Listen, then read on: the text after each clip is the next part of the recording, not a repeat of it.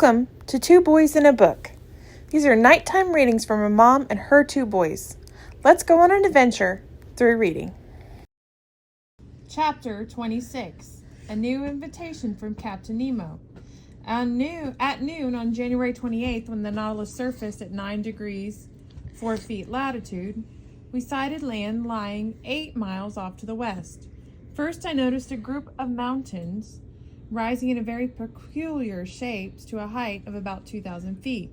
Once our position had been determined, I went back down to the lounge and looked at the chart. We were off Ceylon, that pearl which hangs below the Indian Peninsula. I went to the library looking for some books on this island, one of the most fertile on earth. And I found one by Sir H.C. Esquire called Ceylon and the Cingalese. I went back to the lounge and first of all learned that Ceylon was situated between 5 degrees 55 feet and 9 degrees 49 north latitude and 79 degrees 42 feet and 82 degrees 4 feet east longitude. It is 275 miles long and 150 miles wide at its largest point. It is 900 miles in circumference and 24,448 square miles in the area, or in other words, it is a little smaller than Ireland. Just then, Captain Nemo and the first mate appeared. After taking a look at the chart, Captain Nemo turned toward me and said, "Ceylon is famous for its pearl fisheries. Would you enjoy visiting one of them, Monsieur Aronnax?" "I certainly would, Captain." "Fine. It will be easy, but even though we will see fisheries, we will not see any fishermen. Their season has not yet begun. Never mind, I'll give the order to head off the Gulf of Mannar, where we'll arrive during the night." The captain said several words to the first mate, who immediately left the room. Soon the Nautilus dove, and after a while, we could see by the pressure gauge that it was maintaining a depth of 100 feet. I looked for the Gulf of Mannar on the chart. I found it along the 9th parallel off the northwest coast of Ceylon. One side of it was formed by a prolongation of Little Maynard Island. In order to get there, we had to travel up the whole western coast of Ceylon. "Professor," said Captain Nemo, "there are pearl fisheries in the Bay of Bengal, in the Indian Ocean, in the China Sea, in the Japan Sea, off the America in the Gulf of Panama, and the Gulf of California. But the finest pearl fishing is off the coast of Ceylon. However, we'll be arriving a bit early. The fishermen only come to the Gulf of Maynard during the month of March, and then for 30 days there are 300 boats ferret out this treasure of the sea. Each boat has 10 men to row and 10 to fish. The latter are divided into 2 groups who take turns diving. They go down as deep as 40 feet using a heavy stone they grip with their feet, which is attached to the boat by means of a rope." "You mean to say," I exclaimed, "that they still use primitive methods?" "Yes," answered Captain Nemo. "Even though these fisheries belong to the world's most industrious people, the English, who got them by the Treaty of Amiens in 1802. But I should think that a diving suit like the ones you have would be very useful for such work." "Yes. These poor fishermen can't stay underwater for long. The Englishman, Percival, in describing his voyage to Ceylon, mentions a Kaffir who would stay down for 5 minutes before coming back up to the surface. But I find this hard to believe. I know that some divers can stay down for 57 seconds, and the most skillful for 87 seconds. But they're very rare, and when these poor creatures get back in the boat, the blood-stained water pours out of their nose and ears. I think they stay down for an average of 30 seconds, and during this time they toss as many pearl oysters as they can grab into a little sack. But generally they don't live long. Their eyes grow weak or become ulcerated, their bodies become covered with sores, and sometimes they die of a stroke underwater." "Yes," I said, "it's a sad way to earn a living, especially when you think it's all done just to satisfy a few people's whims. But tell me, Captain, how many oysters can a boat take in during a day?" "From 40 to 50,000. I've even heard it said that in 1814, when the British government sent out some of its own divers, they brought in 76 million oysters in 20 days. "Do these fishermen at least take a fairly good living?" "Hardly, Professor. At Panama, they earn $1 a week. Usually they earn a penny for each oyster containing a pearl, and then when you think how many oysters they bring up containing nothing." They only make a penny, but their employers get rich? That's awful. You and your companions will now be able to visit Minar beds, Professor, said Captain Nemo, and if by chance some fisherman is operating out of season, we'll be able to watch him work. Fine, Captain. By the way, Monsieur Aronnax, are you afraid of sharks? Sharks? I exclaimed. It struck me as a rather ridiculous question. Well, said Captain Nemo, I must admit, Captain, that I've had little experience with this species of fish. We, on the Nautilus, are quite accustomed to them, said Captain Nemo, and after a while you'll get used to them too. Moreover, we'll be armed, and on the way we'll perhaps be able to do a little shark hunting. It's very interesting. We'll see you early tomorrow morning, then, Professor. Rexy decided to join us. After saying this in an offhand manner, Captain Nemo left the room. If someone invited you to go bear hunting in the Swiss mountains, you would say, "Fine, tomorrow we'll go bear hunting." If someone invited you to go lion hunting in the Atlas Plains or tiger hunting in the jungles of India, you would say, "Aha! It looks as if we're going tiger or lion hunting." But if someone asked you to go hunting sharks in their own element, you would perhaps want to think it over for a minute or two before accepting. As for me, I passed my hand over my forehead and I found I'd broken out in a cold sweat. Let's take our time, I said to myself, and give this matter a little thought. It was one thing hunting sea otters in underwater forests as we did off Crespo Island, but it's something else again walking over the ocean floor when you're almost sure to meet sharks. I know perfectly well that in certain countries, particularly Andaman Islands, the people there don't hesitate to attack sharks with a dagger in one hand and noose in the other, but I also know that many of them don't come back alive. Besides, I'm not one of them. Even if I were, I might be a bit nervous about doing something like this. So there I was, daydreaming about sharks capable of cutting a man in two with their row upon row of teeth. I could already feel a pain in my side. In addition, I was disturbed by an offhand way the captain invited me. He had said as if he were going to hurt harmless foxes in some forest. Well, I thought, Conseil wouldn't think of going, and that way I'll be able to get out of accompanying the captain. As for Ned Land, I wasn't as sure he would take the news. However great danger it might be, it always appealed to his competitive nature. I again took up the book of Ceylon, but I could not concentrate on it. Between the lines, I kept seeing terrifying, wide-open jaws. Just then, Conseil and the Canadian entered, looking calm and happy. They didn't know what was waiting for them. "Goodness, Monsieur," said Ned Land. "That darned Captain Nemo of yours just makes us very pleasant position." "Oh," I said, "so you know." "With Monsieur's permission," answered Conseil, "the commander of the Nautilus has invited us to visit, along with Monsieur, the magnificent Ceylonese pearl fisheries. He asked us very politely and asked like a true gentleman." "Did he tell you anything else?" "No, Monsieur," answered the Canadian, "except that he had already spoken to you about this little excursion." "That's right," I said, "but he didn't go into the matter of—" "No, Professor, you'll be coming with us, won't you?" "Me? Oh, yes, I see you like the idea, Ned." "Yes, it might be very interesting." "And maybe dangerous," I said in an insinuating tone of voice. "Dangerous?" replied Ned.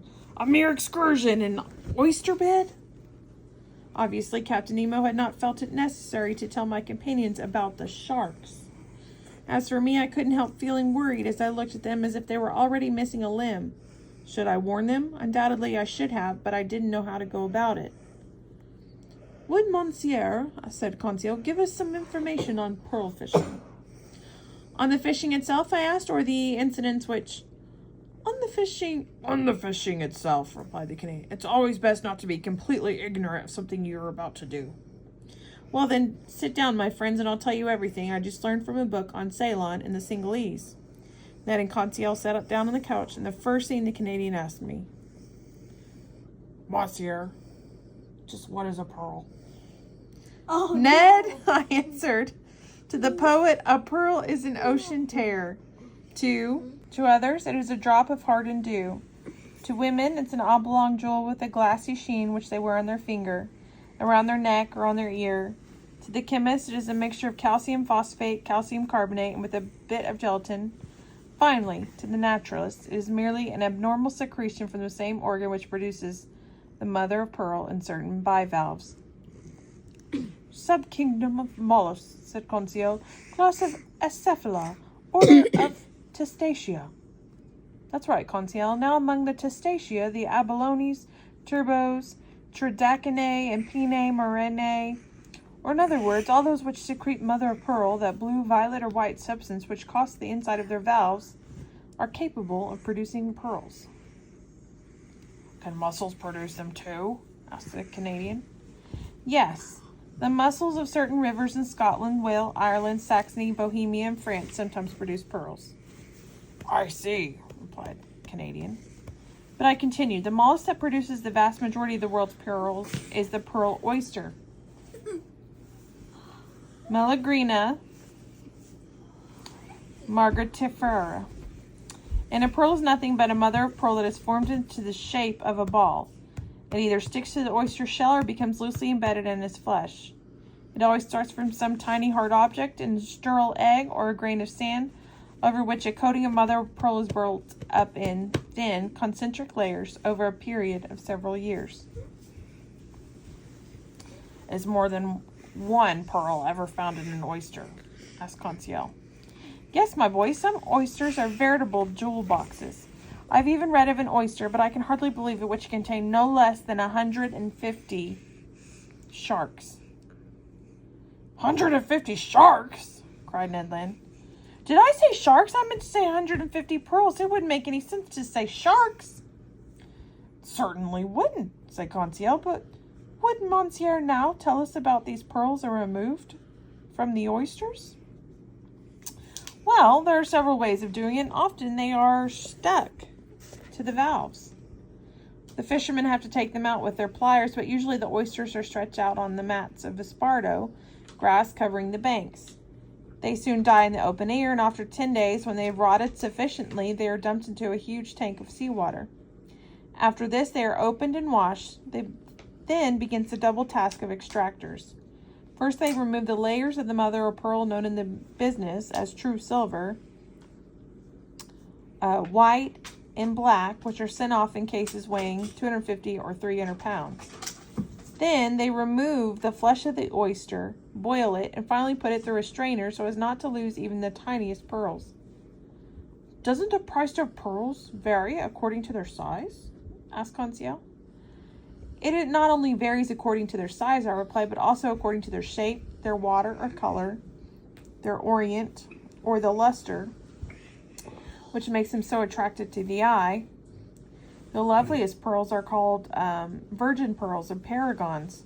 They grow isolated in the mollusk flesh. They are white, often opaque, but sometimes in opal-like transparency. They're usually spherical or pear-shaped. The spherical ones are used to make bracelets, whereas the pear-shaped ones are reserved for pendants. And since they are the most valuable, these last are sold individually. The other pearls which stick to the shells are less regular in shape and therefore sold by weight. Finally, even further down the scale, there are the little pearls known as seed pearls. They are sold in bulk and are mainly used for embroideries or church vestments. But it must be a very long, hard job separating pearls according to their size, said the Canadian. No, my friend, the work is done with 11 sieves or strainers pierced with a varying number of holes. Pearls too large pass through sieves with 20 or 80 holes are considered as being of the first category. Those which cannot get through the strainers with 100 to 800 holes are secondary category pearls. And finally, those for which they have to use sieves with 900 to 1,000 holes are the seed pearls. That's very clever, said Conseil. They do the whole thing mechanically. And now could Monsieur tell us how much money is made from pearl fishing?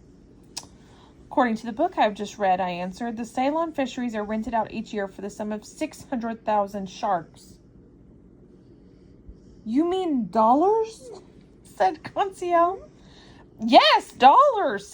$600,000, I continued, but I don't think the fisheries bring in as much nowadays as they used to. And it's the same with American fisheries. During the reign of Charles V, They brought in $800,000 a year, but now it's only about 2/3 of that. In short, I think the annual income from pearl fishing is about $1,800,000. And haven't there been some famous pearls of great value? Asked Conseil. Yes, my boy. They say that Caesar offered Servilia a pearl estimated at $4,000 in terms of today's currency. I have even heard people claim, said the Canadian, that there was a certain lady in the olden days who drank pearls in her vinegar. That was Cleopatra, answered Conseil. It must have tasted awful, commented Ned Land. Terrible, said Conseil, but it's not everybody who can claim to have drunk a little glass of vinegar worth $3,000. It's too bad I didn't marry that lady, said the Canadian, making a rather disquieting gesture. Ned Land married to Cleopatra? Cried Conseil. I was all set to get married, the Canadian answered seriously. And it isn't my fault if it fell through. I even bought my fiancée, Kate Tinder, a pearl necklace, and then she went off and married someone else. And that necklace cost me no more than $1.50. Even though you'll just have to take my word for it. Professor, the pearls in it were about the largest I've ever seen. Ned, my boy, I asked laughingly, those were artificial pearls. Little glass balls coated inside with a substance called the essence of Orient. Really? Replied Ned. But that stuff they used to coat them must have cost a lot of money. No, Ned, it's nothing more than a silvery substance gotten from the scales of fish called the bleak and preserved in ammonia. It's almost worthless. Maybe that's why Kate Tinder married someone else, Ned Land said philosophically. But to come back to real pearls, I said, I don't think any king has ever owned a finer one than Captain Nemo. This one here, said Conseil, pointing to the magnificent pearl in a glass case. Yes, it must be worth $400,000, said Conseil emphatically. Yes, I said $400,000, and undoubtedly didn't cost the captain more than the effort of picking it up. Well, said Ned Land, who's to say that tomorrow on our excursion we won't come across another one like it? Nonsense, exclaimed Conseil. Why not? What good would all that money do us on board the Nautilus? On board, maybe not, said Ned Land, but somewhere else. Where else? Said Conseil, shaking his head. Yes, I said, Ned's right. If I ever brought a pearl like that back to Europe or America, it would help a lot towards making people believe the story of our adventures. I should say so, said the Canadian. But, said Conseil, always coming back to the practical side of things, is pearl fishing dangerous? No, I answered quickly, and especially if you take precautions. What do you risk in this business, said Ned Land. Swallowing several mouthfuls of water. That's about it, Ned. By the way, I said, trying to adopt Captain Nemo's offhand tone of voice. Are you afraid of sharks? Me? Answered the Canadian. A professional harpooner? It's part of my job to laugh at them. It's not a question of fishing for them with a swivel hook, I said. Hauling them up on deck, cutting off their tail with an axe, opening their bellies, tearing out their guts, and throwing it in the sea. Then you mean we're going to... That's right. Underwater? Underwater. As for me, just give me a good harpoon. Besides, Monsieur, you'll probably already know that sharks are built in a kind of odd way. They have to turn over in order to grab you, and that gives you time to... Ned Land had a way of saying the word grab that made a chill run down my spine. Well, Conseil, what about you? What do you think of sharks? In all frankness, said Conseil. Thank heavens, I thought. If Monsieur is willing to face sharks, said Conseil, I don't see why his faithful servant shouldn't be willing to face them too. Pussy's with us today, and we're gonna say goodbye with this little guy. And he looks tired. Okay, good night, and Lissy, you gotta go to your house. Chapter 27 tomorrow. See you Chapter later. 20 June started. Chapter 27 tomorrow. You might see this little guy. So if you're lucky. And Good night.